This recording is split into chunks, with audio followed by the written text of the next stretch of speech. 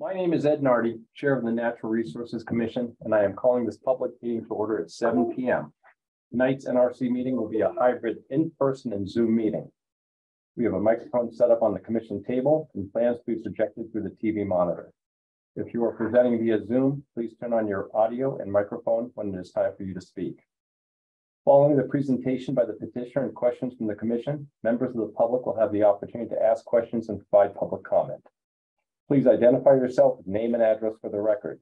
You can also raise your hand from your phone by dialing *9 and use *6 to unmute. All video screens will be turned off with the exception of the commissioners, Delia, and the current petitioner. Once the commission has acted on an application, the petitioner is free to leave the meeting. This meeting is being recorded. In the event of any technical difficulties, all matters on the agenda that have not been heard will be automatically continued to the March 15th NRC meeting. At this time, I would ask the commissioners to introduce themselves. Gary? Gary Kleiman. Nick Pappas. Sarah Gilmore. And Bill is not here this evening. All right. Thank you, guys. All right. First order of business is the approval of meeting minutes. I think we had one set from November 16th, 2022. And I just had a question for Karen. So I just clarifying questions, so nothing material. I have some corrections. I have no changes either. Look great. There's one extra period at the bottom of page 2, but I'll let it go. Okay. So we have a motion for the approval of those minutes. I move that we accept the minutes of November 16th as written. Second. All right. Gary? Aye. Nick? Aye. Sarah? Aye. And I am an aye as well. All right. Any commissioner comments for this evening? All right. Seeing none, we'll move to the director's update. The only thing that I wanted to bring to the commission's attention is the Warner's Ponds community meeting that will be held next Thursday, March 2nd at 7 o'clock at the townhouse. We'll also have that recorded and streamed with Minuteman Media. Everybody should have received a postcard with the information about the meeting as well. So that went out to all town residents. It had information about the public meeting as well as a survey link to provide input on current uses and future desired uses of Warner's Pond. The goal is of the meeting next week. It's the first of 2 community meetings. The consultant will be providing the conceptual level alternatives analysis of dredging, the limited dredging that I've mentioned before, where some of the sediment will be, the pond will be dredged in limited areas, and then that sediment will be moved to either the northwestern and or southwestern coves of Warner's Ponds to create emergent wetlands and create better recreational capacity. The second alternative is to remove the dam. And so we'll have those goals and sort of the ideas behind them and some of the science that the consultant has used to move those alternatives forward, discussed. And then, you know, the real goal that I'm looking for is to get the community feedback on each of those approaches. We'll have paper copies of the survey at the meeting that people can fill out if they don't want to do the URL code, and then the consultant will take that information and it will be, you know, finessed as we move forward. There'll be a second community meeting that incorporates that community feedback. So I think it would be helpful. Hopefully everybody is able to attend it next Thursday. If you're not, it will be recorded. And it would be good if people can review the recording before or attend the next meeting before the next NRC meeting, because I think it would be helpful for the community, for the NRC to take a vote on which alternative the NRC thinks is the most appropriate one for Warner's Pond. I didn't get the postcard. I don't think. So it was mailed out on Friday. Others receive it? Yes, but I do know one other person at least who can get to it. So okay, hopefully. So it was mailed to, yeah. So the second meeting, you think you're gonna present what the consensus is, or Yeah, that will be part of the second what do you meeting. propose to bring to town meeting or something? Or Well, we're not bringing anything to town meeting other than, so initially, I had put in a request for CPA funds and a request for capital funding. The CPA request has been approved by the CPC to be brought forward to town meeting. The capital request for an additional $500,000 did not make it into the recommended budget. So we have the currently allocated 2.5 million. That is both CPC and capital planning. And then the additional 550,000 that's being brought forward for town meeting through CPC. Okay. But the goal is not to bring anything to present at town meeting other than that. But I do want to have, a clear community guided path forward so that when it comes up at town meeting for the CPC discussion that, there's an understanding of what the community is looking to go towards. I mean, Direct those funds towards. right. Yeah. We already know that the modified dredging, which has been conceptually costed out. And I'm going to, don't put this in the minutes because it's about 3.7 million, and then the dam removal is about 2.9. So we already know that the dam removal is a cheaper alternative, and we already know that dam removal has a number of different grants alternatives that would fund it, whereas the dredging would be solely funded by the town. So that's, I think, that will also be part of the discussion at the meeting next week, as well as moving forward. This did come up at the CPC meeting last night. There was a few comments and concerns. And just to let everybody know, if you tried the QR card when you first got the card and it didn't work, then it will work now, because there was an issue with it. There was a glitch over the weekend. Yeah, but it now It was works. unfortunate, but it was great. I encourage people to try it again if they have that problem. There was a concern raised about the timing of the mailing, in that with so many people out away this week, they might not just know about it until 48 hours before. And just the concern about whether there will be good attendance, and also a question about whether there was going to be a second meeting if there wasn't good attendance, I guess. So There won't be a second meeting. yeah, so the second meeting right. sounds like it's a different purpose. Right. So we had intended to have this mailed out last week. We ran into problems with the distribution, with the printing and distribution. So it went out a little bit later. Than It's in the bridge. We put it in the bridge. Attendance will be fine. That was just a concern which raised. And there was also a question concern about how you will actually have time to collect all this information and turn it into a plan with realistic cost estimates prior to town meeting, because the understanding is that you will need that in order to get the CPA funding. Why? I guess that was an assumption. CPC has recommended approval of the funding. Right. Even if the plans are not finalized, you can say we're on a path to You allocate. evaluate I 3 think options. it's more, no, but it's more, in case there are questions, what are we going to do with it? The CPC wants to be clear that everybody in the town knows which direction we're going. And that's the goal, is to have that final report ready. I mean, it will be very, days, maybe a week or two, but Right. But But there will be a clear the goal is to have a clear recommendation before town meeting. Yeah. So that people might look big.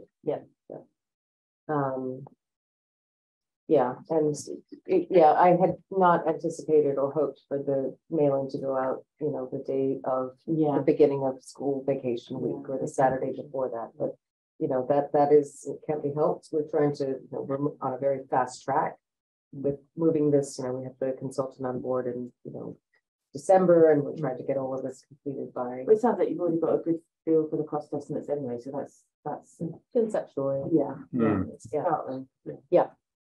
Great. Okay, thanks. That's it? Mhm. Okay, thank you, David. All right, so we'll move on to our first continuance of the evening, 96 Southfield Road, NOI DEP file number one. One on the agenda first. I'm sorry, I missed that. My apologies. There is, thank you, Karen. Yep, if I could have a motion to continue 59 Walden Street. I move that we continue to March 15th without discussion.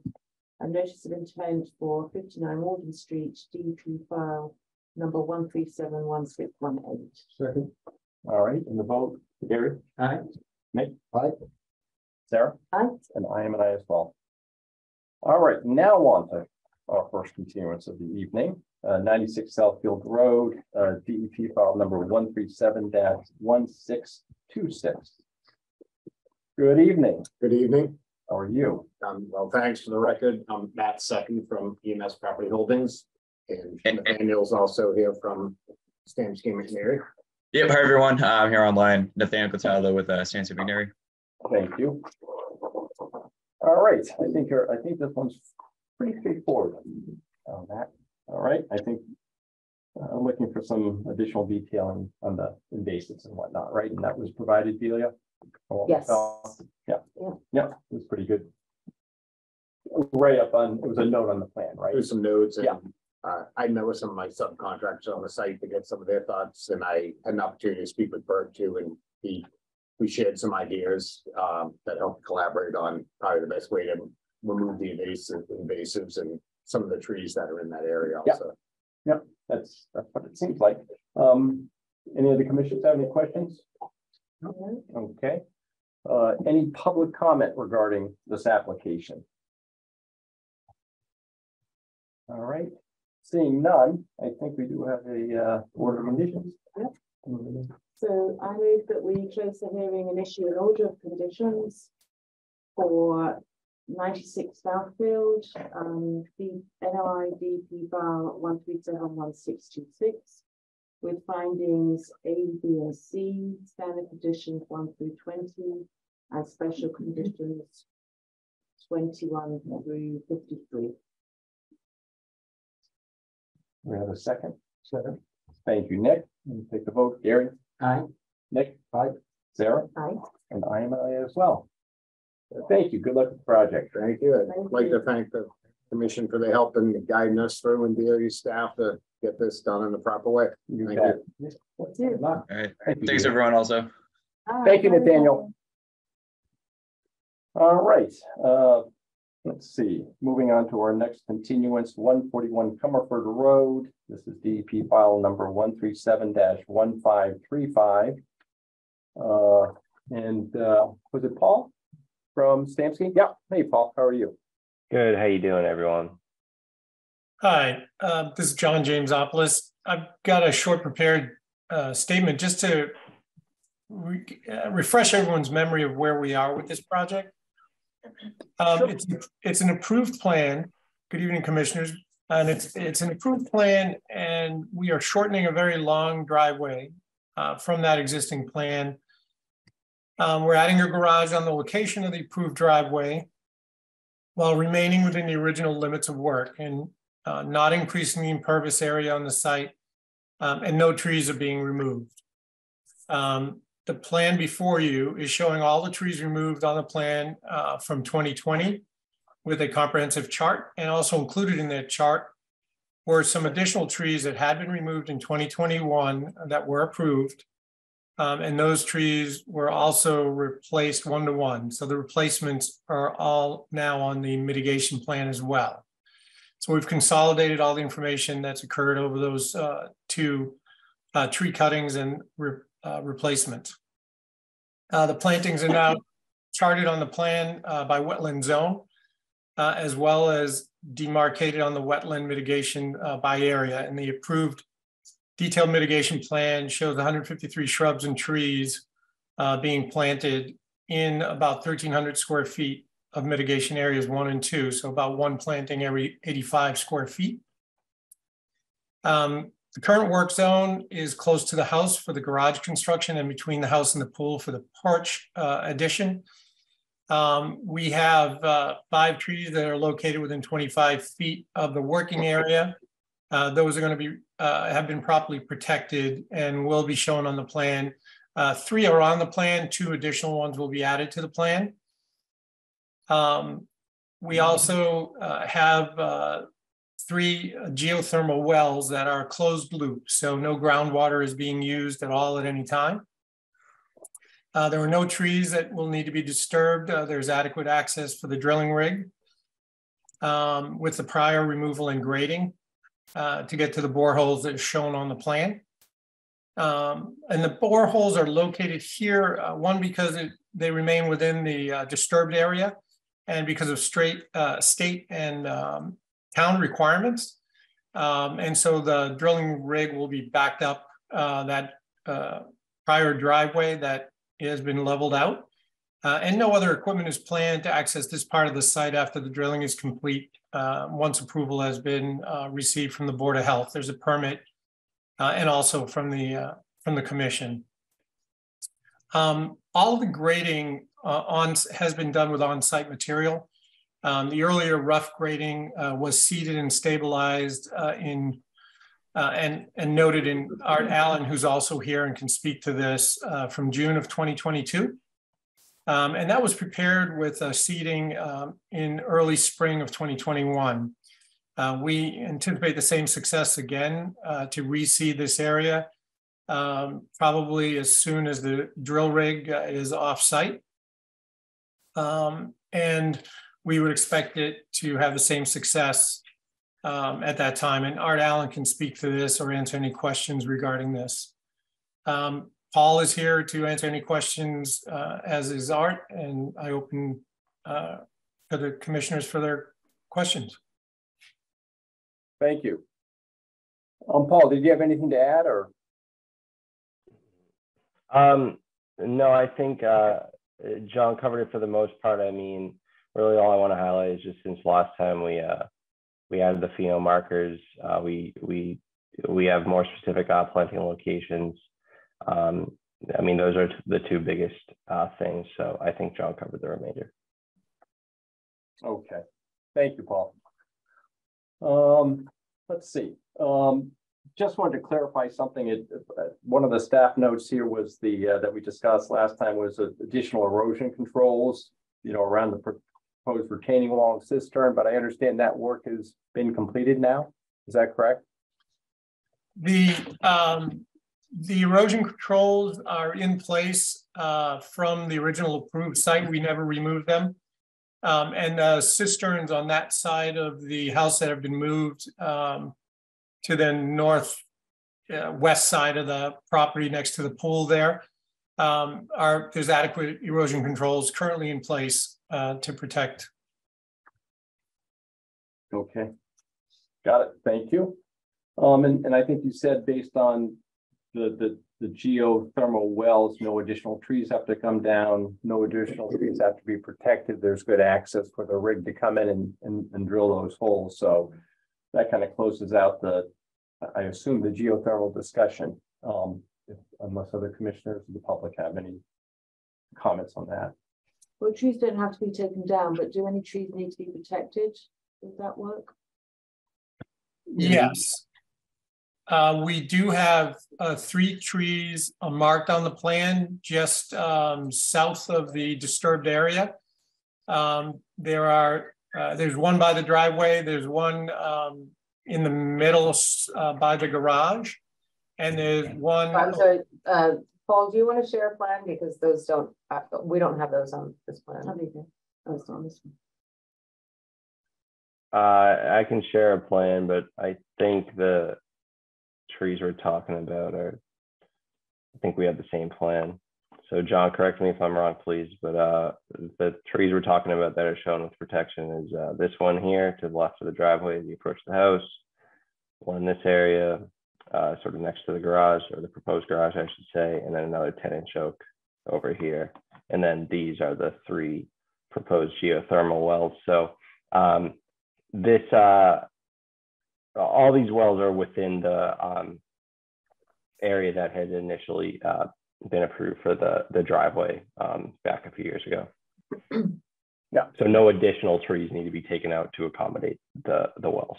Yeah. Okay. Thank you for clarifying that.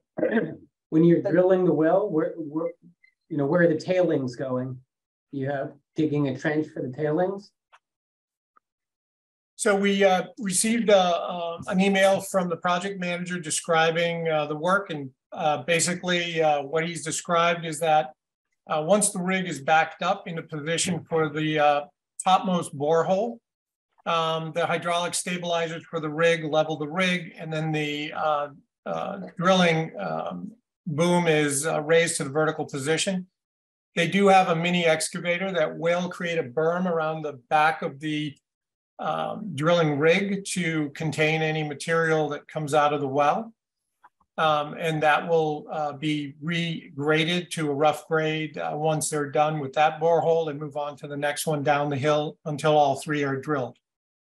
Yeah, it's more the size. I mean, I've dug a geothermal well in my backyard, and it creates quite a lot of the tailings as they're drilling down. You're pumping out a lot of stuff that a mini excavator can dig a pit.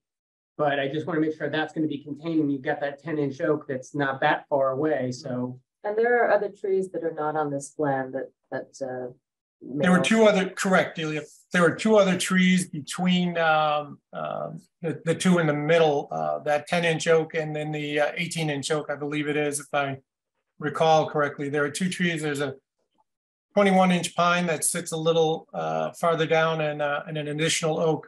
Paul, do you have that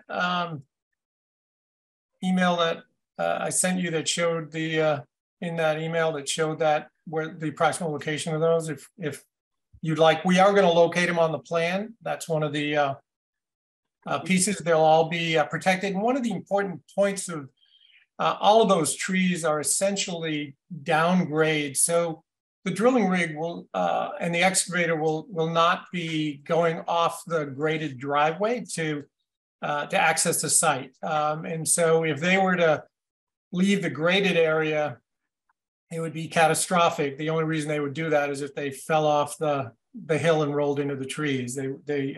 It's just not something that they would be accessing. Mm-hmm. But they'll be protected with the welded wire borders around the trees. Those two blue, yes, those two blue circles are the two trees I was just speaking of. Right. And I just would like a little bit more information on what happens with the tailings as the drilling is proceeding. I'm not worried about the drilling moving off site, just where those tailings are being deposited and how they're being collected, and Yes. As was described by the project manager, we have an empty pool that those tailings will be going into. We are raising the floor of that pool by about 4 feet. Based on the calculations of the amount of tailings to come out of 3 geothermal holes, it's a little bit less than what we would need to fill that pool. And these native materials would be perfect to fill the bottom of that pool as we raise the bottom to make it not a 10-foot pool, but a 5-foot pool. And John, just out of curiosity, how deep are you going roughly, approximately, on the holes? The anticipated depth to create the tonnage needed for cooling and heating is 400 feet. Each hole, approximately? That's correct. Okay, thank you. So are you providing a written description of that, John? We sent an email just before. It's probably in your inbox at this point, if that's sufficient. It's from the project manager that I forwarded on to you, Delia. Okay, I haven't seen that. It just came late this afternoon. He was out on site, and I asked him to try to get it to me sooner. Okay. And then what about, I think it would be good to show that tailings location on the plan. It'd be in the pool. We can mark that. So just to note that on the plan, so the contractor, everybody's aware that that's what your intention is. Yep, he's aware. He thought it was a good use of the tailings. I see your email came in tonight. But can I ask, what is the condition of the existing pool? Like, has the concrete from the pool been removed, and so this would just be, there's a pit there? No, the pool is a gunite pool. It's fully intact, and it's it was one of the last pieces that would be done with this project. And the plan for that pool is to raise the floor, re-pour a floor. So the existing gunite shell would remain. It would be filled to the appropriate level, and then another concrete pour would go on top of that. So it would be. Okay, so how are the tailings going to be dewatered? I mean, is this pool now, so the water would go down the drain, and where does that wind up? So the water that goes with these tailings, Yeah, is being recycled in that berm, as was explained to me. So the berm allows the tailings to settle. They're then put into the pool. There will be some wetness with that. The bottom of the existing pool has been drilled out to minimize, because the pool is empty, to minimize any hydrostatic pressure that might come from the bottom. So the water is native water. It'll eventually percolate through the drilled out bottom of the pool. There's a 12-inch diameter drain. It's almost like a sump pump, if you will. do we worry about arsenic and rare minerals that are coming from 400 feet down, or not really? I think They're it's probably within naturally sight. occurring Right, too, so. Right, I mean, I would say also it's just Okay. going from one. Yeah, Yeah. underground here to underground. Which you can do, I think, under DEP Yeah. as well. Yeah. Right. And am I understanding correctly that some of the trees marked to be removed have already been removed? Yes. So they should come off the plan? So Yeah, those, so- I'll let Paul address that. Yeah, sorry. So John Dealey and I had discussed this earlier today. So I see it as kind of tricky, given that this is a request for an amended order. This entire plan is sort of based on the plan that was approved back in 2020. So from my perspective, I think in order to be fully transparent and provide a proper accounting of the total impact of this project, including all the tree clearing, I do think that it is important to show the trees that are to be removed that in reality have been removed. But I think it's important to show them on the plan because what you see here is the full impact of this project on the tree canopy that was here. But at the same time, I absolutely understand that, if you go out to the site and you say, I'm looking for the 10-inch pine and there's nothing around, it is a little bit tricky. So, So I think it might just even be simpler, right? Just put a stump symbol and then take out the TBR and just. Okay, yeah. Somebody in our office said it's like an X. Somebody else had done that. I can figure that out. Just 3 different symbols. Right, yeah.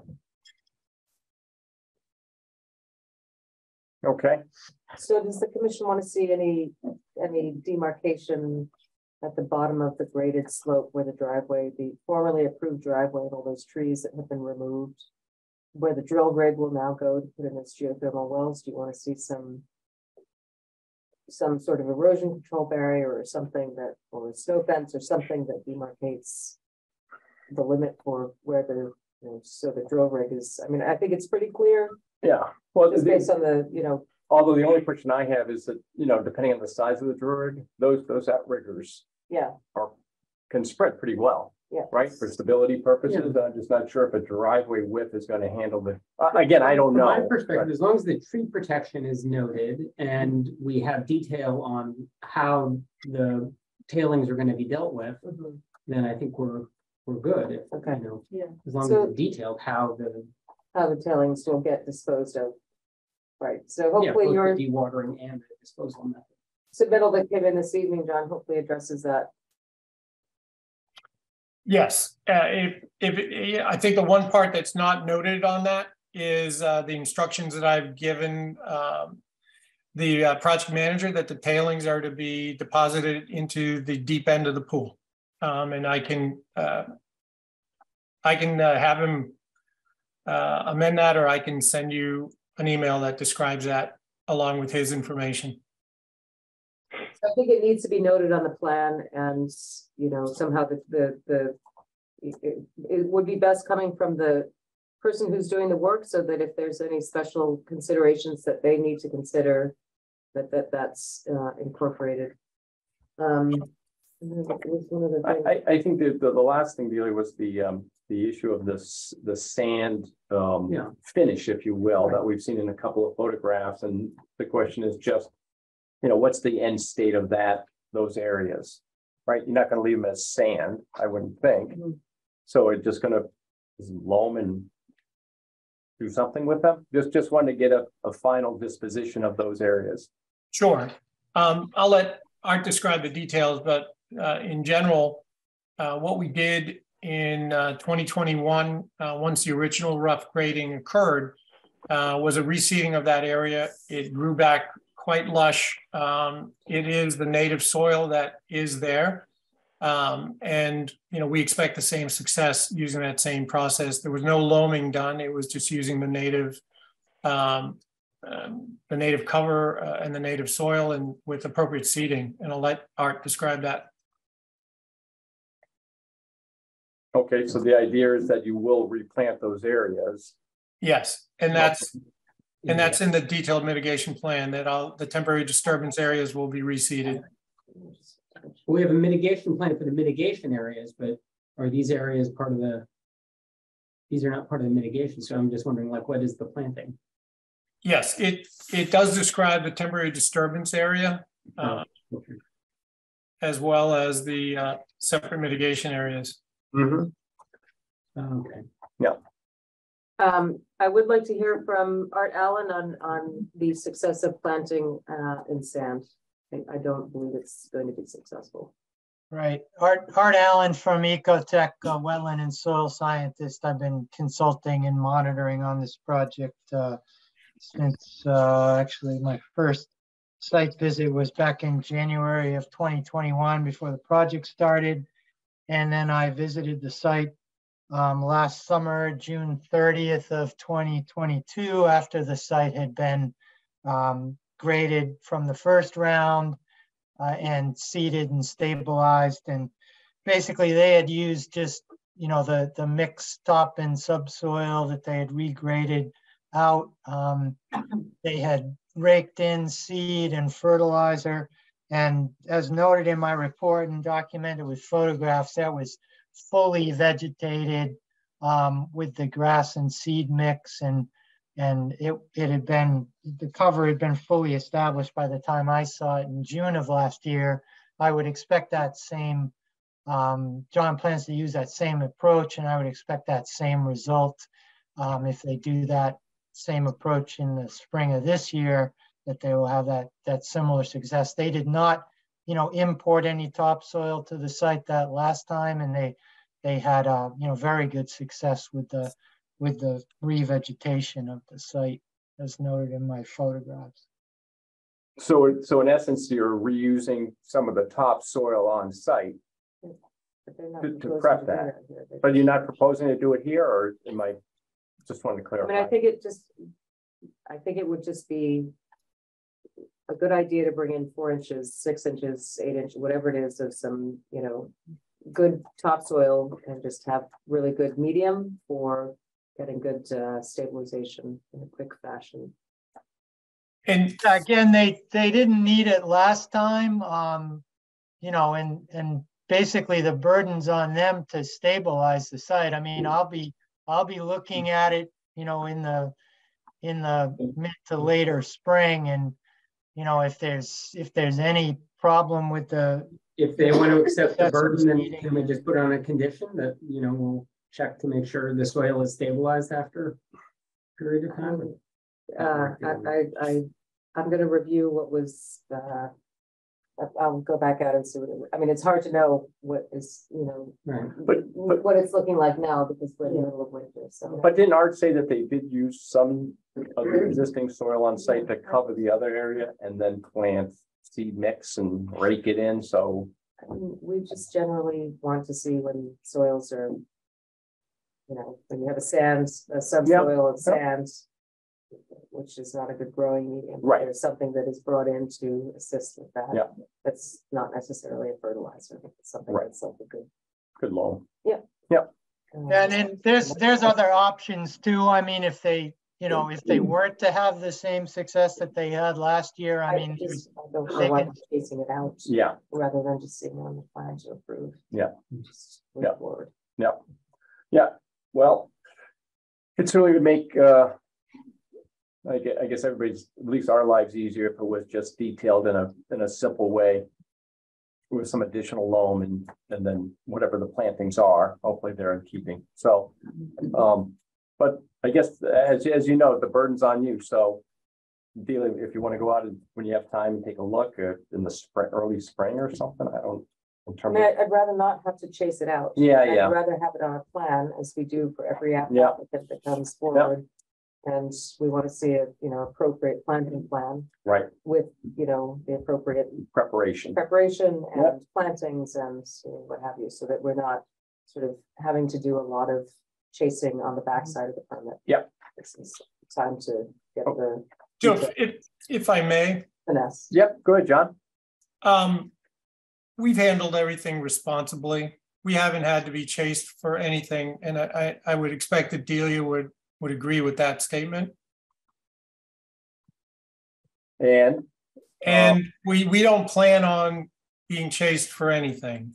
In the detailed mitigation plan on page 2, the temporary disturbance area is called out, and the area will be replanted with a seed mixture of New England erosion control restoration mix. We also, the last time, added some wildflowers and some upland meadows mixed to that. We had great success. So, John, I think you're just going to find that if you provide a more hospitable planting medium, you're going to have, I mean, you might have some stabilization with things like,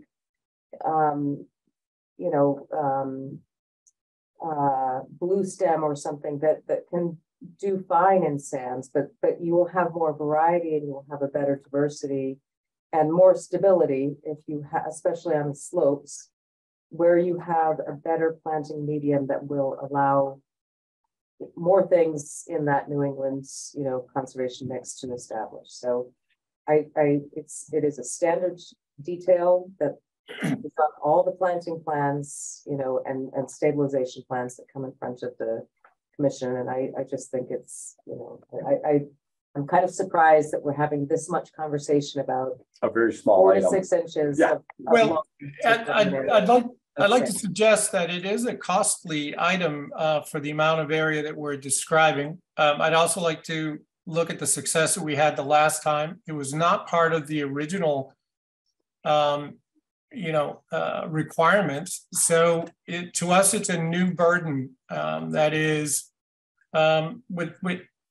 and we've had good success. We were able to accomplish appropriate vegetative stabilization in that first 6 months. Okay, well, John, I think you've heard the commission's perspective in regard to this item, which I think in the big picture isn't one of the more significant items, but an important item nonetheless. So I guess we'd ask you to consider that as you look at amending the final plans. So, Commission have any other comments? Okay. Can we just go back to the tree protection? Sure. So can you just make sure that, well, actually, while this is up, I have a question about what all those A's and B's and C's are in that lower. No. I've seen that. In the. I know, but why, so is that, all those A, B's and C's, is that supposed to be like the pattern of planting? That's Is that what what I that's? Yeah, which was. That was new from I mean, that was from the January plan, but new from the prior submittal, and I just was. I didn't bring it up as any, but I'm confused by it. Why do you have A, B, C, D in that, sort of very. And looks like in the lower portion too, there's some. It's just an odd way of doing a planting plan. Without knowing every tree and every shrub that exists there now, it was challenging to figure out. We were asked to put, a a mix of plantings onto the site. Yep. Um, Which you've done in that table. Yeah. And I think that's adequate. What's in your table?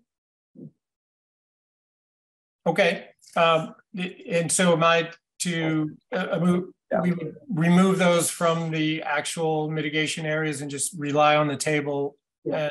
And, okay. Yeah, that could be interpreted in different ways. Right. Yeah. Right, yeah. But I did have a question about just making sure that the trees to be protected, that those are clearly shown on the revised plan. So that Absolutely. every tree that is going to have tree protection is noted on the plan. Okay. Yes. We anticipate that to be 5 trees in total that Paul had indicated. Mhm. Okay. And you had asked the question this morning when we spoke, John, about not survey locating and just doing a triangulation of those 2 trees. Yes, please. 2 trees. So Yeah. okay with the, Seems like it'd be okay, right? They can measure off the others and, right. right. I think there's They got enough information Yeah. on that plan that they have the triangulations. I think that'd be okay. Let's see, any public comment regarding this application? Okay, seeing none. Sorry, 1 second. No, Oh, I'd like to make a public comment. Jonathan? Yes, Yes, please. Jonathan Stevens, 85 Black Horse Place in Concord. I'm a neighbor of John, and I support I support this project as it's been presented. I think it's a great thing to be done. I think he's addressed a lot of the work and a lot of the issues, and I'm in full support of this project. And he's about 400 feet from my house, so Yeah. I know it well. Okay. Thank you. I think Thank the commissioners also received an email from the direct abutter at 127 Comerford Road. Yep, Karen's indicating that she got it late this afternoon. Thank you, John, for the heads up on that. Yep, thank you. Okay, and not seeing any public comments. Are you guys okay to continue into the March 15th next meeting? And would that be, would the commissioners be at a point to be able to vote for an order of conditions to move this amendment forward? I would like to think so, right? Just subject to the final revisions on the plans. Yep, I think our list is pretty short. So Okay. seems straightforward. And just to be clear, so the 15th is in 3 weeks. So will the Correct. deadline be next Friday, right? Correct. Yep. Okay, thank you. That's the idea behind the 3 weeks. So hopefully that's working. Okay, thank you. Thank you, Paul, for clarifying. All right, we'll see you back on the 15th. Thank you. Have a Thank nice you. evening. You too. All right. That's good. So the next new applications this evening, the first to be heard is the notice of intent at 50 Wright Road, DEP file number 137-1629. Hi, Good evening, Nathaniel. hello again. So I'll just say for the record, hi, my name is Nathaniel. I'm with Stancy McNary. I'm here on behalf of the applicant Nicole McClellan for 50 Wright Road. I will share my screen. Okay, so this is the plan. So I will zoom in. So this is 50 Wright Road. It's a single family house off of Wright Road. So the kind of gray part of the dwelling is the existing house itself. And then to the east of that, past the property line, there's a bordering vegetated wetland, which projects a 100-foot buffer zone that goes kind of across the middle of the lot here by this dotted line. So what they're doing is they're doing some additions to the house, which expands the bedroom count. So it means they need a new septic. So the purpose of this work is to construct a new system to serve the new house with the increased bedroom count. So it's a new construction system. That's all of the work that's within the buffer zone. So the new system will be located back here. The reason it has to be back here is just due to the limited space available on the lot. It's a pretty small lot. There's nowhere else to put it really. And in order to maintain the proper setbacks to the house, it can't go in the front. and it can't go any closer outside the buffer zone. There's not enough room. So it's situated in the backyard here. It is more than 75 feet to the wetland as required by the setback, and it's all within existing lawn area, providing a slope barrier, downgrading of the work, and it's going around the trees, so no trees need to be taken out for it. Only very minor changes in grade to put a required 1% to 2% slope going across the system, so water doesn't pool on top of it. And like I said, just all within the lawn area in the backyard. No additional disturbance, and the entirety of the septic will be greater than 75 feet. That's really it. I don't really have any other details about it, so if there's any questions, I can take them. Thank you, Nathaniel. It looked pretty straightforward. I didn't have any particular questions. No. The commissioner. And it's replacing where the existing septic is, right? Or... Yes. So this kind of gray, the lighter box here is the system. Right. This is the tank right here. Yeah. So. Yeah. No. Like okay. A well-designed. Yep. Option. Where should go? Any public comment regarding this application? Okay, saying none, I think we do have an order of conditions prepared. Yes, I move that we close and issue an order of conditions for 50 Wright Road, DEP file number 1371629, with finding A, standard conditions 1 through 20, and special conditions 21 through 51. Second. Thank you, Carrie. And the vote, Carrie? Aye. Nick? Aye. Sarah? Aye. And I am an aye as well. All right, thank you very much. All right. The next application we have is 300 Ministerial Drive, DEP file number 137-1628.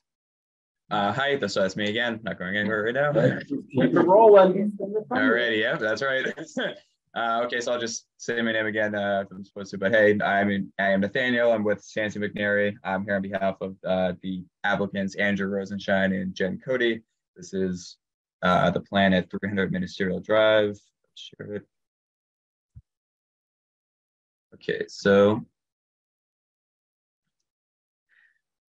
this property had been before the commission probably a month to a month and a half ago for the ANRAD for the bank delineation. So there should be some familiarity with the plan, but otherwise this is the existing house located on this lot here. So kind of where I'm hovering my cursor now, this is the extent of the existing house, and there's also a deck in the back and a porch in the front and a walkway. And this lot was recently combined with the vacant lot that borders it with an A&R plan, which was approved in recent months. So this is kind of being shown as, you know, the lot line being abandoned, but pretty much all of the work construction-wise is just associated with the house. Some of the invasives removal and whatnot is also on the neighboring parcel, but just, you know, for some background, just for clarification on it. But the extent of the work is construction of an addition, which is this part here.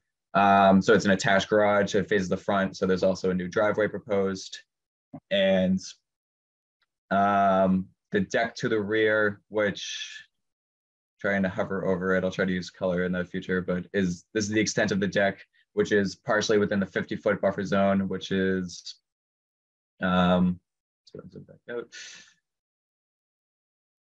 which is right here, this line here. So there's no new structures proposed within the 50-foot no build zone. So the addition, everything is outside of it, but the deck is being rebuilt, reconstructed a little bit further away. It's still ending up within the 50-foot no build zone. So we sent in a waiver for it, yeah, as is required usually. And then the other bit of the work is because this property has floodplain on it. So the floodplain is the 127 elevation, which it's easier to see on the profile. But basically part of the addition is going over the floodplain. So we're proposing compensatory storage to mitigate for it. I know I had spoken with Delia over the phone about how it's presented. I can go into detail on it now if that's what everyone wants, or I can wait and just do it in a more formal response later. Other than that, so that's all for this plan. I don't know if David Fisher was able to make it to this hearing. I don't know if he had a conflict or not, but he sent in separate landscape plans. There were a couple that arrived at the last minute, but this is basically the site prep plan, which has the inventory of the trees that are being taken down. Many of them invasive Norway maples. And then this is the mitigation plan with all the plants and whatnot. I won't try to go too far into the details on it since he can obviously speak much better than myself. Again, I'm not sure if he's on the call or not. If he is, I'm sure he would have said something, but if there's any questions, I can try to take them. Okay, so let's step back to the compensatory storage, because I think that what Delia and staff had brought up was that what you had designed was partially in the flood zone, the floodplain, Right, if you so will. you can see on this graphic that the It splits. 100-year floodplain goes through the comp storage, Yep. which is the hatch. Mm-hmm. And so the comp storage needs to be moved so that it is entirely outside of the 100-year floodplain. And Nathaniel, are you understanding the same thing? So yeah, I mean, I was going to, so I'll just try to go through it with my thinking on it and why I was a little confused by that. But so pretty much the fill area, which is like the dotted hatch, it gets filled from existing elevation 127, it gets filled downgrading into 126.5. So in order to mitigate it at every stage, you have to provide some mitigation that is 126.5 up, and that goes up gradient past the existing 127 and then ends at a proposed 127. So all of the grades that are in the hatch are going to be lower than existing. So anything downgrading at the floodplain right now is still going to be lowered because the 127 is being pulled. Daniel, the issue is that when you are filling, you need to provide compensatory storage in an area that is not currently providing flood storage. So you need to go outside of the floodplain and then create those lower and, whatever elevations are being filled. You have to do that outside of the floodplain. You can't do it inside the floodplain. That area below, below that flood storage line is already providing flood storage, and so it cannot be considered comp storage. Right. You can't double count it. So just to clarify, even if you were digging that area deeper, it doesn't matter. It's just not the You have to be outside of it. Yeah. Yeah, That's all. right, Okay. right. That's all. I mean, if you look at the regs, Nathaniel, it just says flood storage has to be provided in an area not currently providing flood storage. Right. Yeah, no, I know, I do understand that. It does say though where volume is not being provided, it doesn't specifically say where an area is not being provided. So I mean, my thinking was that part of that volume is not being provided, but now it will be provided. No, it's got to be, I think simply it's just got to be outside the area that's, it's got to be outside the floodplain boundary, right? That's all.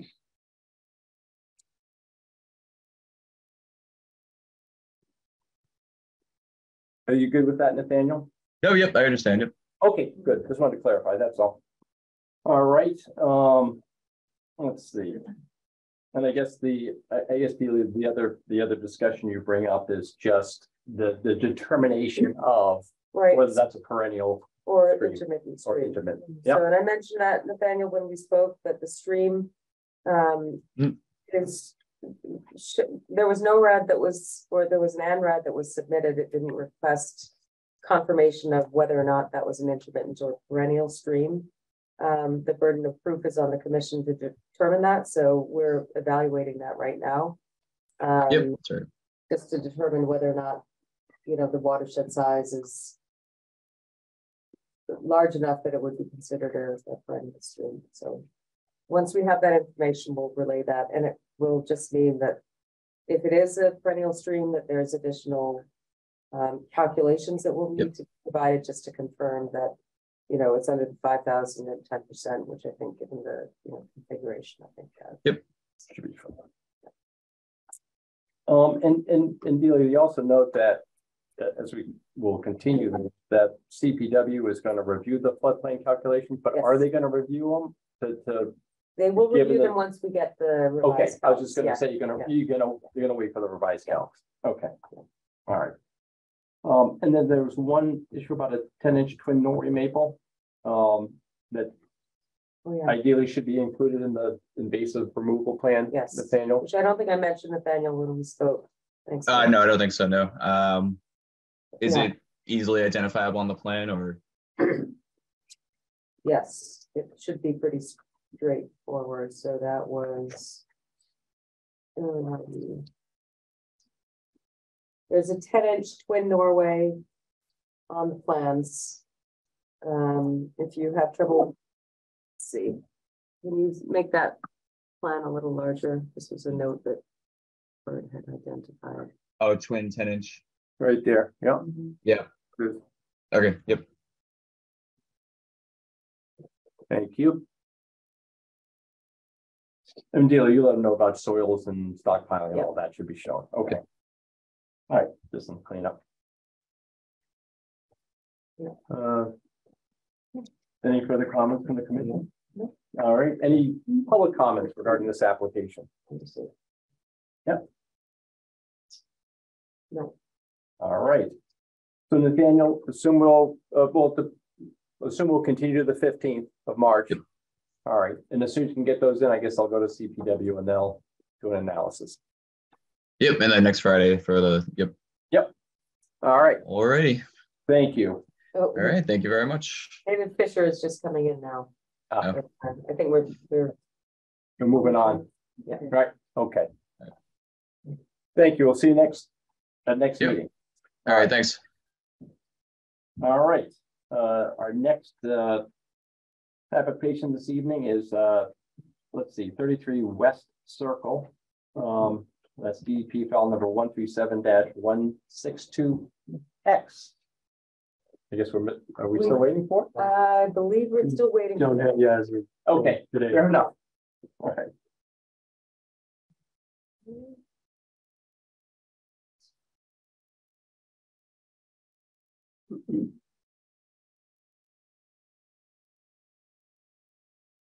All right. Good evening, Brian Butler from Oxbow Associates, and I believe the owner of the applicants, yeah, I see Elizabeth is on the Brady Bunch block there. There you go. She'll be attending vicariously and can answer any specific questions you may Okay. have. I do have a plan that felt a little damned, but I'll bring you plans to a meeting after the last couple of years, but for the next one, I think they'll be of some benefit. Do you want to project the plan? Yes, I will. Let me just get there.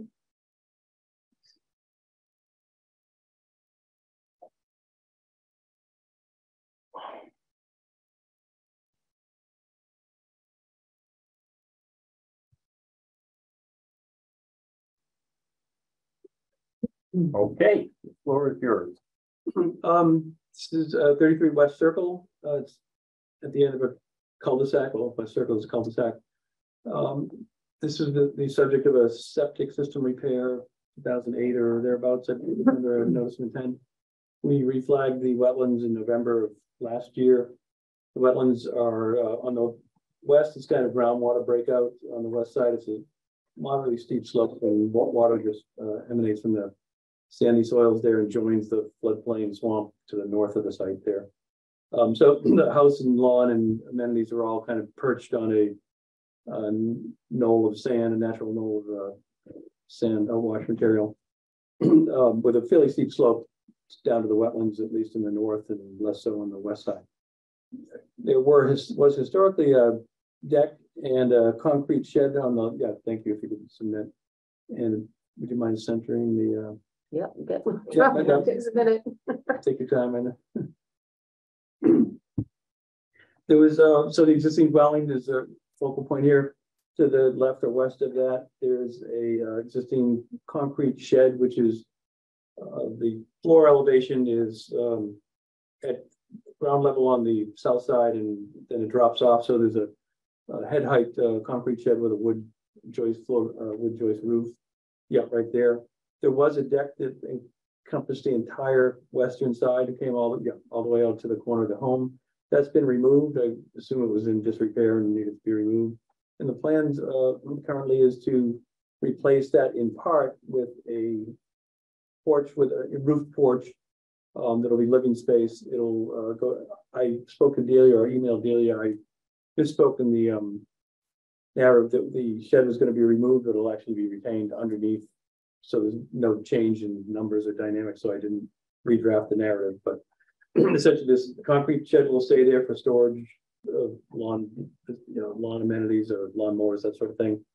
The deck is of course not going to be replaced. There'll be a reduced, there'll be an 87 square foot reduction in the 50-foot no build zone of impervious or at least structural materials, structural matters right there. Yeah, so that'll be just retained as a gravel substrate, which is what it was under the deck, was just an absorption area, so that the infiltration dynamics will remain the same or more favorable.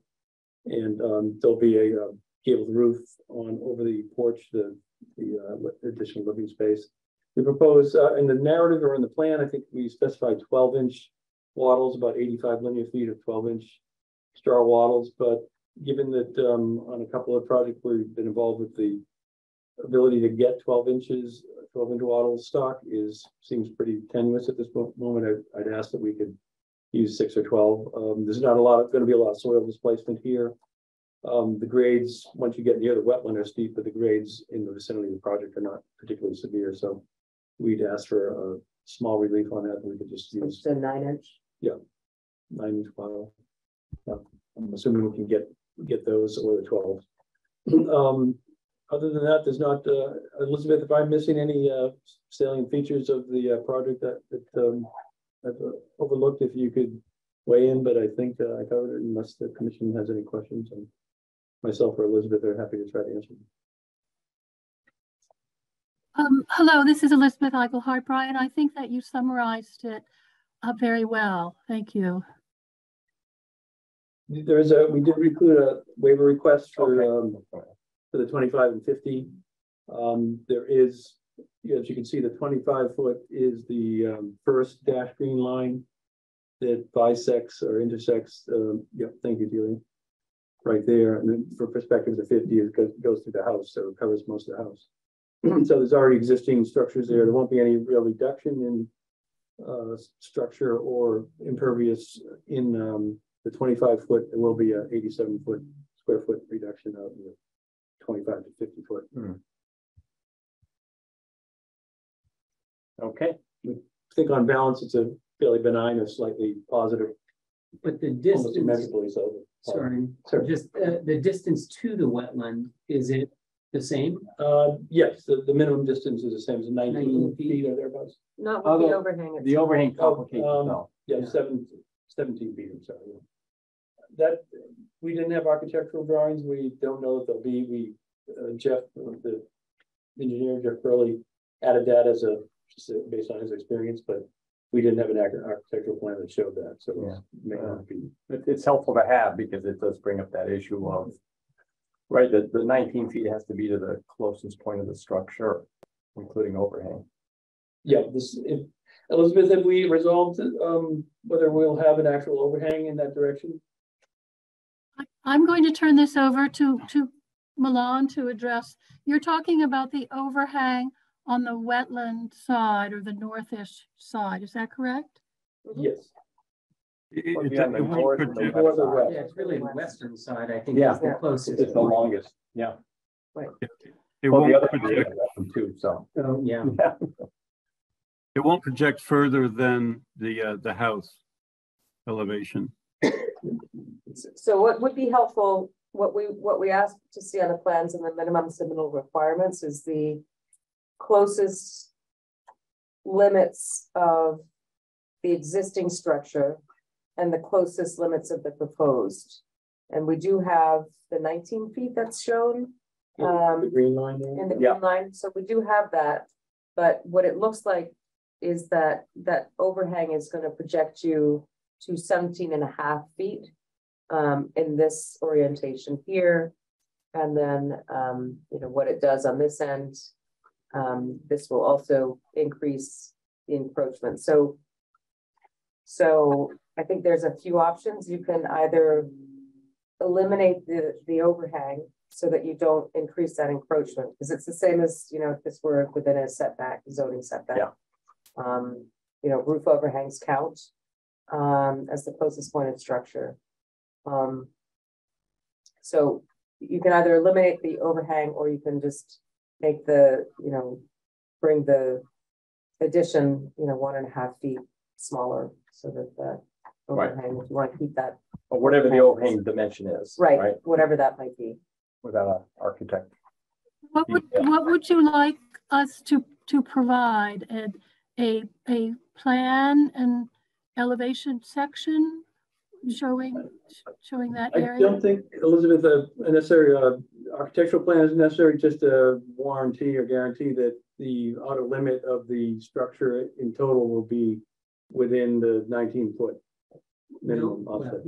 No closer than the existing structure is net. Correct. To the west. So 19 feet on that side, and whatever the closest distance is on the other side. My question is whether that 19 feet is really measuring the existing structure to the existing wetland, because isn't the existing wetland that cross above it? Yeah. So it's like, pulling out this line. I see. Right. Yeah, I think it was just extending that kind of. So they are measuring. Yeah. But the 19 foot is the new difference, right? No, that's the existing deck. That green 19 foot is extended out from the corner of the wetlands, and on the right side, it's extended out from the edge of the existing structure. Right. Okay. So we need a similar arrow that shows the distance to the overhang of the new structure to the wetlands, and hopefully it's not encroaching any more than 19 feet. Right. And then also in this side where the overhang is greater than the, existing encroachment. Right. So to the north and to the west. Right. Yeah. Yeah. Yeah, the north, the north is 50. No, north is 25 too, Yeah. And it captures both. Yeah, that corner. I think that was probably the one. I was hoping that this shed was going to be removed, because there's this storage shelter that is within the 25 that we'll need to move. Yeah, but I mentioned that to Elizabeth. I spoke to her today, and we're agreeable to that, Elizabeth, correct? Yes, that's correct. You kind of came halfway in. We lose her out here. But that's a kind of a Quonset tent almost, yeah, so it's not a tremendous, it is. Not a lot to move it, but it does need to Yeah. Yeah. And are we clarifying that moves outside the 50? Yeah. Yeah. Just to clarify it, right? As a structure. Are you hearing that, Elizabeth? I'm sorry, I didn't quite hear that. Was it that it would be moved outside of the 50? Yes. Yes. For the little Quonset tent sort of structure. I'm not sure we have much space outside the 50 except by our front door. So it's most likely going away. Okay. Okay. And Delia, would it be possible, so to make sure that we're following this conversation with the setback, that we actually bring you in a plan to make sure that we've addressed all of your concerns with the 19-foot setback and all of that?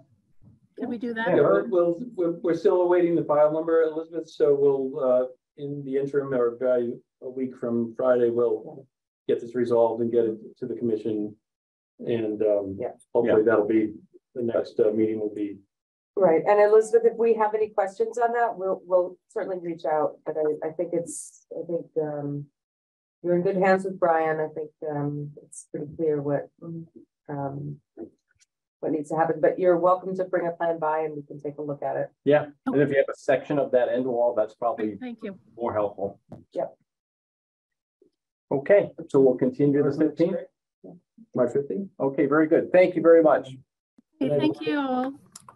Thank you. Did we see if there was public comment? Oh, excuse me. Let me back that up. Thank you, Gary. Any public comment regarding this application? Seeing none? Okay. We'll see you on the 15th. And I'm not going away, but Oh, you're coming back. All right. All right. All right. So we'll move on to our, I think, the last new application this evening. It's the 749 Elm Street. That's DP file number 137 PBD. Hi, good evening. My name is Brian Levy. I'm an attorney from Beveridge and Diamond. With me tonight, as you know, Brian Butler from Oxbow, Eric DeBrule from Bowler Engineering. Our clients are here, Mark and Megan Page, who may know from Concord.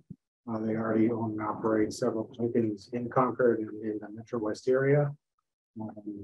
This matter has no file number yet, so we'll be visiting with you again. And we're also going to be starting with the planning board on March 21. So we're going to be at this for a bit. I'll just turn it over to Brian.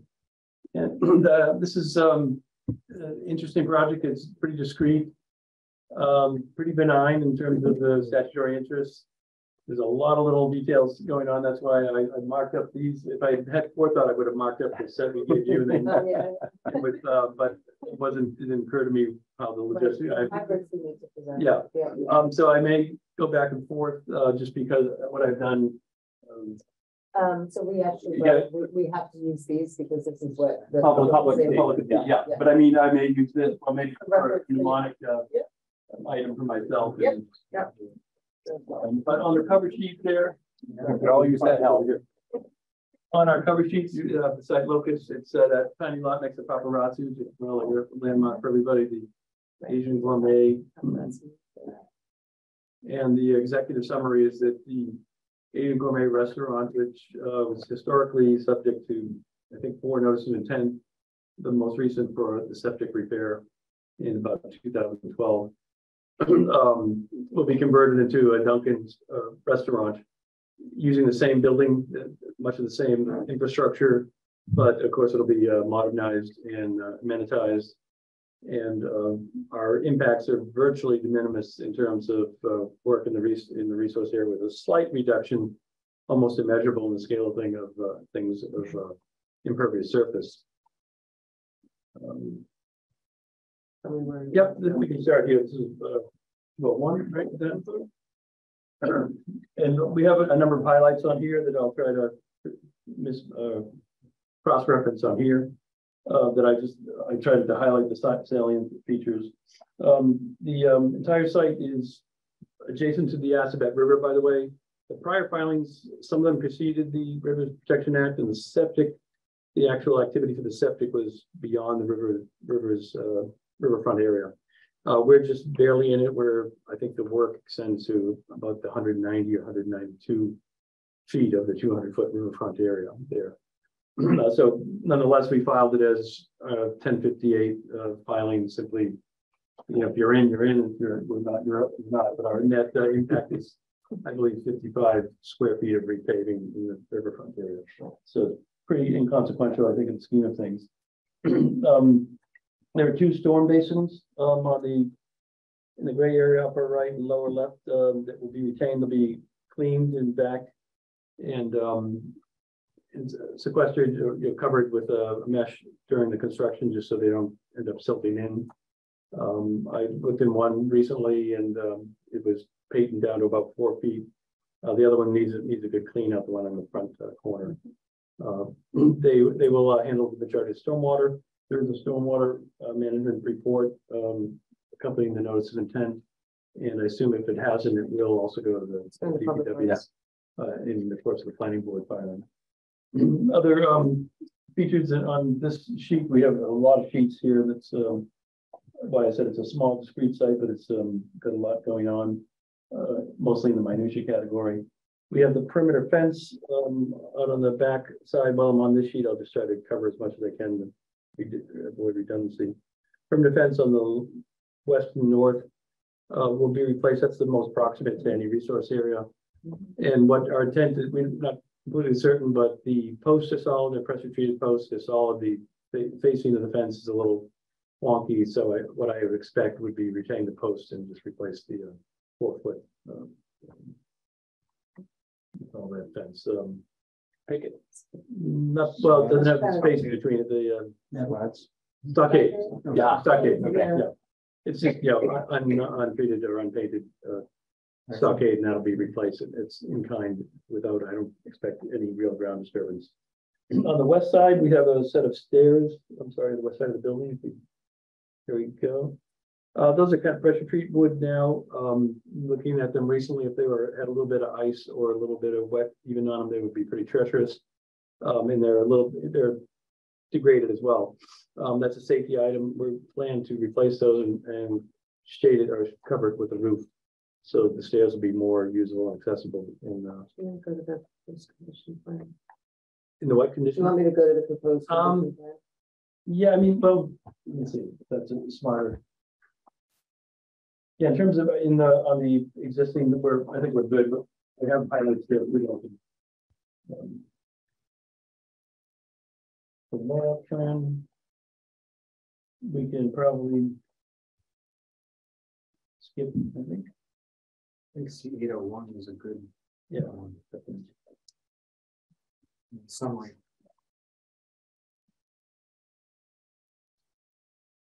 I didn't describe the resource area at all. I can give that a quick once over. As I said, we're very remote from the river, but there's a floodplain community there, mostly Phragmites that you've probably seen. You can see it from Route 2. And bordering on that is a fairly rich loamy alluvial soil that provides the slope that goes up into the facility. The facility is about 7 or 8 feet above the adjacent floodplain community.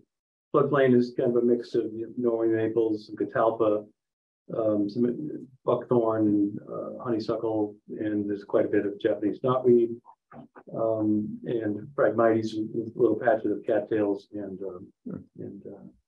silky dogwood down there. So it's not exactly a paradigmatic wetland community, but it's wetland. And this will have very little intersection with that.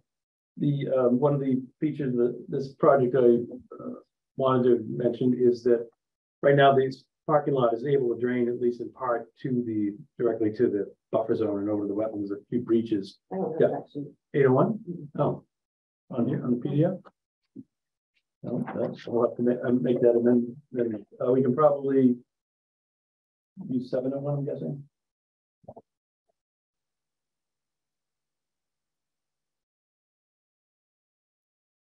No, I go from 703 to 101. Okay. Huh. I'm not sure how that happened. There's a second set of plans as bold as the engineering plans. Are you looking at Brian said? There are 2 sets of plans. This looks like the bowler set. This is the bowler set. Yeah. Yeah. Appears to be. 703 to 901. Yeah. 802 is missing. 801. 801. All right, 7 will. I mean, I think 701 is. Yes, yeah, I think so. So we come up to the wetland. We have right now we have a shed back in this location that's going to be removed per our discussion. We had a town departmental discussion maybe 6 weeks or thereabouts ago. The dumpster that's there now will be removed, or the shed that's there will be removed, and we're going to replace that with a dumpster pad there. So it'll be a slight reduction of the footprint there. The curbing is going to be established all contiguously around the perimeter of the parking lot. With right now in that little notch to the left of the there's a breakout where stormwater can get freely down into the buffer zone. So that'll go away. All the stormwater will be contained within the parking lot by the newly installed curbing, and that expresses the curbing plan there. I'm sorry to interrupt. Yeah. So this is one of the 2 leaching basins. Right. They're both leaching basins. Yes, right? the other one is in the And southwest corner. Are those going to be replaced or just cleaned out? Just cleaned and reused. Yeah. No plan to. Is there a good pitch from the parking area to those? There is currently there's kind of a pitch line, and Eric, if you think differently, or have any more, if you go down the east side of the building, that's kind of a drainage divide. So drainage from the east of the building goes to that north basin, and drainage from the south of the basin goes to the west. Okay. The south of the building goes to the west basin. Okay. But it's pretty subtle. The whole change across the entire thing is about 1.5 feet. Mm. I think it's like 124 to 125.8 or something from north to south. Mhm. Slightly pitched upward toward the Elm Street. Okay. So per the discussion we had with the town agency, the town board representatives, we're going to put the dumpster that's now near the building over in that corner, probably a better, more convenient location. We're going to change the refrigerator, which is that gray polygon. That's going to increase on the easterly side, but decrease on the westerly side. We can't see the differential in this, but it's about a 2-foot reduction where that arrow is, or north of where that arrow is. So there's a slight retraction there as well. Then we're going to install a porch around the perimeter on the east and southeast corners there within the building footprint. It'll be a paver substrate with a shingled roof, I believe. Is that the architectural indicator here? I don't always pay attention to the vertical features. The footprint is all that matters in our business, really. But essentially be a seasonal porch with tables and where people can enjoy their coffee and donuts. This is going to be a non-typical, at least in my understanding of Dunkin's, no drive up, of course. And it's going to be intended for seating. There'll be, what is the table count? 34. 34. The current restaurant is permitted for 80 or 84 seats. So this will be a significant reduction. So the sewer system, or probably the septic system, will be retained. It'll be probably less burdened under these conditions. But so it's not your drive-through, grab a coffee and go kind of operation. It's a little bit atypical. And given the siting, I think that seems appropriate. There'll be some landscaping while we're here. You can see on the southwest corner there. These are largely natives, bayberry, sheep laurel. It's currently landscaped there now, but it's a lot of overgrown taxus and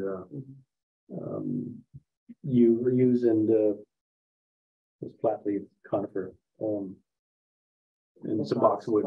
Yeah. And they're kind of past their prime, frankly. So it'll be essentially occupying a very similar area, but it'll be more nativistic plantings overall. The island is outside, the little island in the southeast corner there is outside of all the jurisdiction and not particularly significant to your interest, I believe. As I said, the stairway will be roofed over for safety, aesthetics, and permanence. Like I said, that's a kind of shady corner, and it seems like the pressure treated stairs that are there are showing their age due to just probably being continuously moist. There's not too many. I have an erosion control plan. It is not on the sheet, but we surround all the faces of the face the wetland on the west and north side with stake wattles. I believe we called in this one for 9-inch wattles. There's really no grade here, or 6-inch wattle, rather.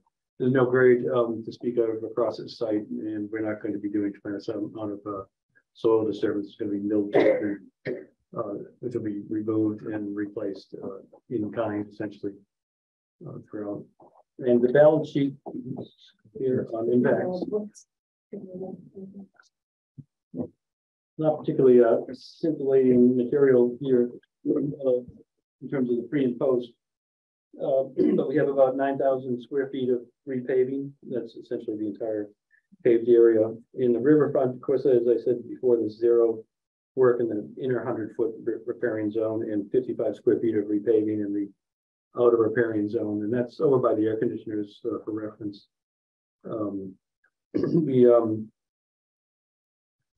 As I said, the replacement of the fence and the air conditioning units in kind, they'll be in the same positions as the current units that are behind the building, kind of between the fence and the north face of the building. Within the 25-foot zone to BBW, we will be replacing the fence and the AC units. That's the extent of the work. It's in a non-conforming zone. We talked about during the multi-departmental call, Delia, about waiver requests, and you suggested that we didn't need to make specific requests in that regard. Not for the 50-foot no build zone. Mm. So it's all that there's no increase or no. Yeah, change. we're not Well, pushing toward with Yeah. replacing in kind, yeah. In the 25 to 50 foot regulated zone, we have 550 square foot paving or repaving rather. The staircases in that zone with the new canopy over it that will again protect that and provide for public, egress and public safety. There's no real standard use for that. It would be, is that emergency or yeah. Within that zone, there's also a new light pole, a single new light pole. The light in there is dated, of course, and will be replaced. We do have a lighting plan, but that's usually not the greatest concern of the commission. The 3-0 footprint, as I said, in that 25 to 50 foot is reduced by about a 2-foot horizontal differential away from the river and away from the BBW. Again, none of these are very consequential, but in the right direction, certainly. The trash corral will be removed, demolished, and a new facility will be installed where the current shed is, which will be removed and not be replaced in kind. And the curbing will be realigned, and as shown, we have a curbing plan, but it'll essentially, unlike the current conditions where there's 2 breaches, or at least 2 breaches that I observed, where when the water's in a heavy rain, it's going to go through these little notches in the curbing right now. So at the post-construction or aftermath, there will be a hermetic barrier essentially around the whole. That's all that will direct all the storm water appropriately into the 2 basins there. Is the curbing now granite? The parts of there may be some Cape Cod, but there is granite. Okay. That our intent is to recycle that as appropriate on site. Landscape plantings are also in that zone, just in largely in replacement of the landscaped areas that are currently existing. And in the 25 to 50, there'll be 175 square foot reduction in impervious. So it's not a big deal, but it's easier to sell than with a plus sign on it instead of a negative sign. You mentioned a lighting plan. This is a little bit outside of our jurisdiction, sure. but assuming this is going to be open and lit up at night, I'm just wondering if there's any we should consider what type, bulbs for insects, moths, and such like. Right. So the plan, that's a great point, and yes. The planning board always requires dark sky compliant. Good. Okay. Yeah. So and they're directed down. Yeah. Okay. But I to your think- point, the color spectrum that's more wildlife friendly, especially on the backside of the building. Right. Right. If possible. Like where that stair is. Right. Yeah. Well, there'll be a kind of porch light. I would think There won't so. be a light pole there, but No, just a Yeah, light. just whatever light, by a you can stair. look at color temperatures, and there's certain bulbs that are more wildlife friendly. Yeah. You I Yeah, understand dark for your sky. customers where the porch is on the front, you want to have, whatever lights. I think, we can certainly make But that. if you can look at the color temperatures on the backside of the building, that would be, and minimize lighting in general back there. And I think staff just noted material, equipment, stockpiling. You're gonna note any of that on the plan in terms of the general location? I don't anticipate a lot of, we'll be bringing materials, the curbing and so Sure. forth, but it'll be short term. Yeah. Won't be a lot of soil storage or displacement. There'll be some milling, but millings generally go Coming right right off, away. yeah. They don't, because especially in a configuration of this tightness that to leave it, is a liability. So we could designate an area for if something needs to be stockpiled, but Yeah, maybe just a general designation. this is not a regular construction site where we'll be doing foundation. Oh, yeah. Excavation and so forth. Okay, Yeah. thank you. Any other comments from the commission? No. All right, Thank you, Jonathan. any public comment regarding this application? All right, seeing none, I guess we'll continue to the next hearing, March 15th. Yep. Time to be determined, and we'll give you the 8 of 1 sheet for one thing, and we will look into the light matters, and there's one other item. Yeah, the stockpile notation on plan, if and then we'll talk to Eric's people about what the need and or practicality for that. Okay. I believe this is a fairly benign really palatable projects for your interest in the scheme of things, given that's all redevelopment. Yeah. We didn't dally with the redevelopment standards for riverfront areas because with 55 square feet at 195 linear feet, we didn't really need to complicate this alternative analysis in that regard and net benefit and all that sort of stuff. Okay. Thank you very much. Thank you for your time. All right, we'll see you back. Thank you. Have a nice evening. All right. So we'd like to do the COCs first and then. I see wrap that up? Mr. Harden is here. Okay, so- good. So why don't we jump to that and jump to the COCs? All right. So Delia, do you want to just? Oh. Do you want to just lay out the background a little bit Yes. on the property? So just as background, when we were reviewing some work at Sunnyside, we saw that the lot at 78 Pond Street had been cleared and so the materials had been placed under adjacent town parcels. And so I sent a letter, I knocked on the door and then sent a letter to the homeowner, which you were copied on, which basically said, you know, it's within NRC jurisdiction. And the homeowner did send me an email back and just explained that Mr. Harden thought that the invasives removal work was exempt, which we talked after and clarified that that work is not exempt. There needs to be some sort of understanding of how that work is conducted. He is correct that any native replanting would be an exempt activity, but because there's work that is, had been done without NRC approval, I requested, or so that you would want him to come to the meeting tonight to describe. Could you pull up that plan? I can. Just yes. to get it straight in our, at least my head in Yes, terms it will of take exactly me what's. a few shakes of a lamp. No, that's just in your thumbnail. So let me, I mean, it is, but it's not pulled together like that. So give me 1 second here. Oh, sure.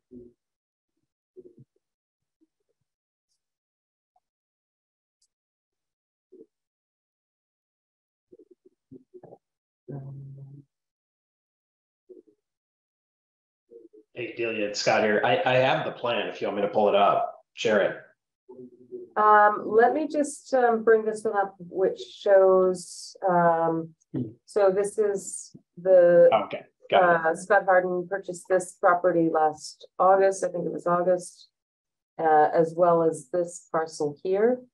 And this plan is from the Sunnyside subdivision plan. And the commission will recall that the original plan had showed that there was a path to Warner's Ponds, sort of in this general location with a note to be cleared. And then there was another one on the town parcel that also said to be cleared. And we said, commission said, just take that off. We don't want those to be cleared. They're just natural paths that can continue. So that was another item that we had noticed when staff did a site visit, was that there was a trail that had been sort of a formalized trail that had been cleared and logs placed alongside the edges of that.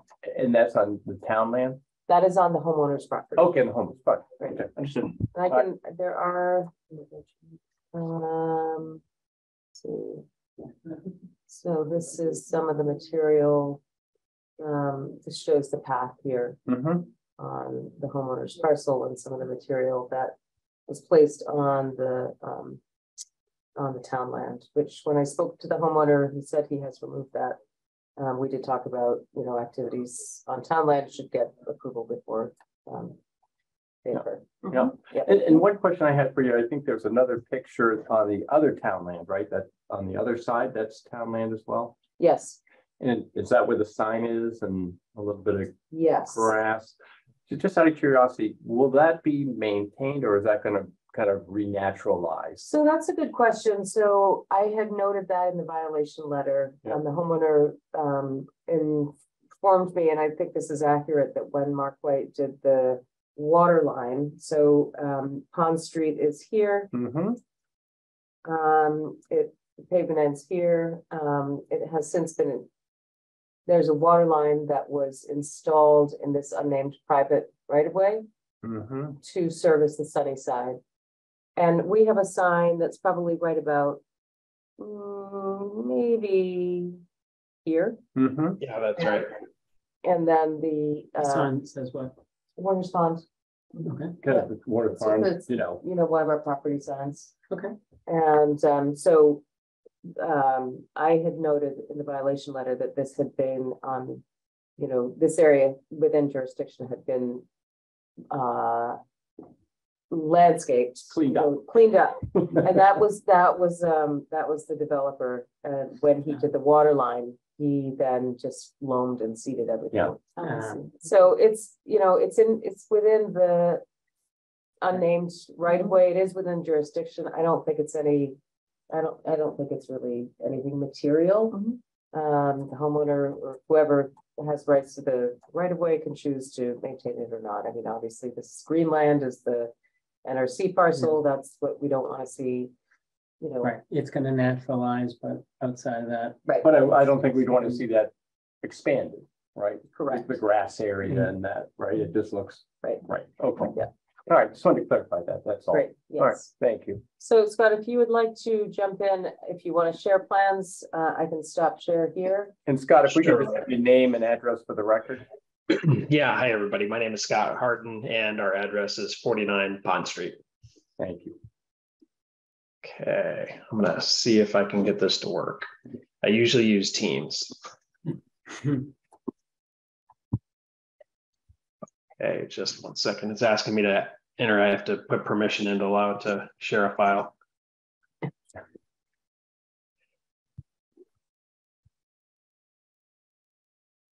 That's gonna ask me. I'm gonna have to rejoin. It says I have to quit and reopen. I'll be right back. Okay. Sorry. That's okay, we can jump to CFCs. All right. The first one is 111 Channing Road that Karen, as I think I mentioned at a prior meeting. Karen has reached out to the 8 homeowners there. They have an old order of conditions that was issued to the entire subdivision. And so each one, when it goes to sell, so she has sent letters to everybody and they're slowly sending in requests for CFC. So we recommend the issuance of that partial certificate of compliance. We're now on, this is the third one, right? Yes. Okay. Okay. So, yeah. All right. So that's, somebody wants to make a motion to close and issue that partial. Do you want to do it one at a time or do you want to come back or? We can come back. We won't come back. Okay. My fault. Yes, let's come back. Okay, we'll hold that and come back. Okay, Scott, you're back on. All right, thank you. Thank you. So yeah, so the first plan I just wanted to share, and this is one I attached to the email that was sent in for that parcel. There's existing, the trail is existing. We didn't do anything to the trail itself at all. In fact, that you'll see on the next slide, there's actually an aerial photograph that looks down on it. We kept the contours the exact same. We did place logs along the edge of it just to kind of mark it, and that was it. That's what you see in the photo, but there's an 18-foot easement for that, and it's actually available to all of our neighbors, both on Pond Street and Sunnyside, to be able to come and access the pond. And like several of them do. There's a boat down there that somebody's actually storing on the property. So I just wanted to share that. So this image kind of shows a bit of, will help kind of articulate a little bit of the work that was described. And so if you see the area that's down here in the right in blue, that is the area that Delia, you were referring to, that Mark had actually, when it was after it was disturbed and they cleared it out, then they came back in and hydroseeded that to kind of reduce any erosion on that. We, when they put the water line in down the unnamed way here, they actually removed several trees as well. And so after the trees were removed and after the water line was put in and the soil was put back in, it was really loose soil. And so although they had seeded over here, it was loose in here. And so what ended up happening is there was just a lot of mud and debris that was just basically flowing down after rainstorms down the trails on both sides. And so what we did is just threw grass seed down to try to help with that erosion there. And that's all. So that was what we did in that area that's kind of bounded, but that has the purple line around it. As you can see in the overhead here, this area to what would be the north side or the south side of the property is all mostly pines, but there's overall, I think there's like 115 trees total that are on the property. And so we did not remove any trees at all.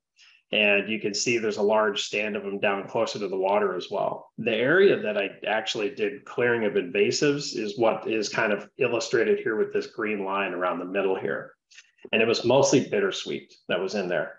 There was a lot of dead, smaller trees underneath because there was such a large canopy of bittersweet that was on top that it had literally just crushed these smaller trees down, right? And, you know, as if you look down the right side of the property, you actually can see some of these very mature bittersweet vines where, you know, they were just hard to remove, that, you know, they were not only deeply embedded in the soil, but actually all of these pines and all of these trees down closer to the water still have remnants of bittersweet vines that run up to the near to the top of the trees. And so that was the area that I did the work in. The areas that I've highlighted here just with the red line is to show where the bittersweet still exists. And you can actually see it all in that dark coloring in the image. It's pretty thick. And, you know, you can see it. I've got a couple of photos on the next slide, but it shows just how thick it is in that area on the town property. And then these photos just kind of show examples of that, where, you know, this is that canoe down to the right in that top right image, that's near the water, that's on the town property. The trail here is on the right side, and all of this is actually just live bittersweet that is, or vines that are just kind of matted up right now. Similar to these, the lower right image, these are some of the pines that are on our property, and you can actually see the remnants of a lot of those vines that are just kind of hanging down from that. And so not only had these vines grown up into the trees, all the lower branches were actually just dead because they had just been pretty much asphyxiated by all of these vines that were in there. So that's kind of the slide that I put as an example. Now, what I was proposing to do with the property is this, was really just to leave the trail exactly as it is. And, you know, these trees that are indicated here are either the pines. There are some elms, and there's some elms. There's several oak that are in there, and there's some maples as well. There's probably, I would imagine that some of the maples that are in there are probably invasive maples. I haven't identified them specifically, but they're smaller. But there are a few of them that are in there. On the west side, there was a real existing patch of ferns, and it's actually, if you look to the town property that continues to the west, the majority of that actually, those woods actually have a nice bed of ferns at the bottom because they weren't overgrown with invasives. There really weren't many of the, you know, bittersweet vines, and so the ferns are pretty pervasive in there. And so what we were going to do is just actually plant like 50 more ferns and just kind of continue into this area to the center of the property with the ferns. And then over here to the right, that's closer to these existing fence posts and the stones, we were going to plant blueberry bushes. And just essentially, I thought, you know, just kind of looking at the count of the location, at least 30 to 50 blueberry shrubs would actually do well there because it's mostly a semi-sun area of the parcel. So that's it. I have no intention on doing any additional work on the property. We don't intend to do any excavation whatsoever. The only proposal would be to do the additional, you know, plantings that I show here. Okay. Thank you, Scott. Appreciate the overview and the efforts. So I guess the question at hand is just, I guess, the removal of the invasives to date. If you, again, if you don't do any other work and you plant those plants that you're planting, those invasives are going to come up and I think overtake them or have a, you know, there'll be a significant issue once you get those new plantings in, and the invasives are going to come back because they've just been cut, right? They haven't been treated. They haven't been professionally managed, if you will. So it seems like you'd be setting yourself up for a pretty hard fight in the future between your planted material and the invasives that are sitting there, you know, a few inches under the ground, or in some cases just cut a few inches above grade. Yeah. So I think the suggestion is that I think you'd be well served to get perhaps a professional involved in terms of how do you get rid of those invasives so you create an appropriate planting bed for all that good work you want to do in the future. Yeah. Okay. You know, the commissioner, some of them have better. I'm okay if he wants to do it himself. It's, you know, with Google research or whatever, but I do want to see invasives management plan. Like, what's the plan for keeping the bittersweet, the buckthorn at bay. That's the other thing, is there's a lot of buckthorn So let me just share my screen here with the photograph that we took this from one of the town parcels, and you could see, let's see here. Yep. So, like there's a little bittersweet that you can see this one stem here, but all these little cut stems here, these little small things, these are all buckthorn. And that is just, you know, dense. a lot of buckthorn. That is, once you cut it, that you know, the reaction that the buckthorn and the bittersweet will have is Pruning it. you're making it very happy. It's going to come back in force next year. So I think that's right, to have an invasives management plan that addresses the invasives that are on site. So I just, I didn't go on your property, so I wasn't able to get permission to do so. So I just, you know, I saw that there was buckthorn and the bittersweet, and if there are others, you know, those should be part of the management plan as well. Yeah, and I think, Scott, you noted that maybe there are some Norway maples that are younger, and that's to capture those as well. But I think you'd be well served to do that, because you're going to go to a considerable effort to make that better. But you know, it's all about the preparation, right? Okay. When it comes down to it. And I think that's great that you put that landscape plan together. I think what would be helpful is to understand what the areas are that you're trying to cover, what numbers are. I think I saw that you were proposing over 100 of trees, but you know, so we look at trees providing 10 foot on center coverage. We look at shrubs at 5 feet on center coverage. Ferns and other herbaceous material is going to be 1 foot on center. So to provide like an actual planting schedule, so we can confirm that the areas that you're proposing to cover are going to be, that will help suppress the invasives as well. When she says the areas, the aerial extent, like how many square feet, you know, this, you know, X number of square feet, Y plants. So that you can, Because then you have the guidance about, as Delia said, right, the right spacing, so that they can hopefully outcompete any natives that, or any invasives that may want to wander back up after you do your mitigation plan. From our parcels that are full of bittersweet. Well, which we know they are. You'll have to guard the boundary on that one. Well, we're always looking for stewards. So there you go. This was another question that I had for the commission. So this bench and the fire pit, this is within the 25 foot. No disturb, and I recognize, Scott, that the path was there, but I think what is there now is much more of a formalized path than was ever there before. So I think you just want to leave this to naturalize in. It shouldn't be like a maintained broom swept path. And I think that you know, 25 to 25, right? Commission does not allow things in the 25 foot no disturb zone. So something like a bench, and you know, so I think consider that a water dependent feature. But that's just a portable solo stove. I keep it in the garage most of the time anyway. So that's easy, and the bench is portable as well. Honestly, we had some neighbors that go down there and sit down there, and we're hanging out on it. So, but it literally weighs 8 pounds. I could probably move it right away. Thank you. So Scott, if you want to think on a little bit, but you know, we can hold, if you want to, you know, hire someone, you know, that's your call. But again, we as the commission has said, they'd like to see a, you know, an invasive management plan. And you know, that may require, I think that requires will that require filing, right? So you'd have to file with the commission. Under intent. So luckily you have a plan to work with. Which is good. So, well, I heard a couple of things. I heard an invasive management plan that you'd like to see. And then the second was, I think you were looking for square footages of proposed areas on the plan that then kind of show the actual numbers of the proposed plantings, right? To be able to provide the adequate coverage.